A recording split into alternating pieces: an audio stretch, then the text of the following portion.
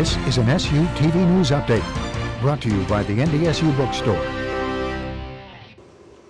With 303 electoral votes so far, Barack Obama has been re-elected. After a close race, the president took Ohio, which was said to be the deciding vote. Although for some time the Republican candidate Mitt Romney had the popular vote, Obama ended up receiving more votes. Many people thought this election would be a close one, and in the end, it surely was. There were more early voters this year in North Dakota than ever before. The previous record set in 2008 was broken by around 10,000 votes, which included early voting sites and absentee ballots.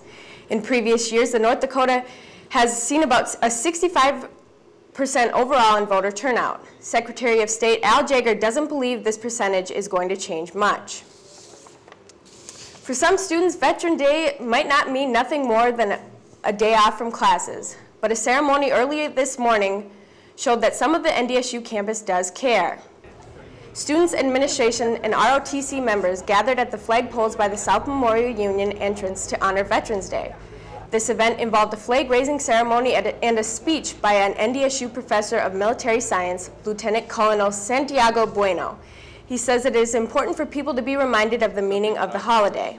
Being here now for the past 3 years is that North Dakotans remember this. They remember where they've come from and the sacrifices that service members have played in their rights.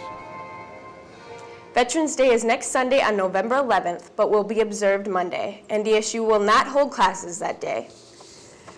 The new FCS College Football Power Gridiron rankings have been released. The rankings are released weekly and ultimately decide the playoff seeding once all regular season's games have been played. NDSU remains at #1 in the poll and are one of 6 teams in the top 25 that represent the Missouri Valley Conference. 2011 national championship opponent Sam Houston State is #2, while Montana State, Eastern Washington, and Georgia Southern round out the top 5. You can find other Missouri Valley Conference teams a little further down, including the Bison's opponent this weekend, South Dakota State, at #9. And now on to the weather. Today is a little shocking. We have sun out with a high of 45 and a low of 37 tonight. Tomorrow it's kind of the same with a high of 47 and a low of 33 with partly sunny.